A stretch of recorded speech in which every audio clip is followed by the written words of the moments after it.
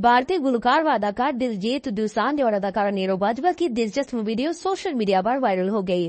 Photo और video sharing app Instagram पर दिलजीत दोसांझ ने मजाकिया वीडियो शेयरिंग की, जिसमें नीरू बाजवा को लिपसिंग करते हुए देखा जा सकता है। वीडियो में नीरू बाजवा कहती है कि किसी को भी अपना दुख सुनाना हो तो मुझे सुना दिया करो।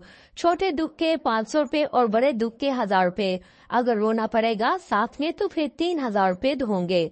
नीरू बाजवा का ये कहना है था कि दिलजीत दोसांझ उनकी जानिब गुस्से से देखने लग जाते हैं। दिलजीत दोसांझ ने चंद घंटों कबल ये वीडियो शेयरिंग की, जिसे लाखों की तादाद में मदाह देख चुके हैं और इस पर दिलचस्प तबसरे भी कर रहे हैं। गुज़िश्ता दिनों भी दिलजीत दोसांझ ने दिलचस्प वीडियो शेयर की, जिसमें उन्हें फिल्म हीरा मंडी के गाने एक बार देख लीजिए की पैरोडी करते देखा जा सकता था। वीडियो में नीरू बाजवा कहती है कि एक बार देख लीजिए, 5-10 लाख दे दीजिए, दीवाना तो हम खुद बन जाएंगे, अब बस अपनी प्रॉपर्टी मेरे नाम कीजिए।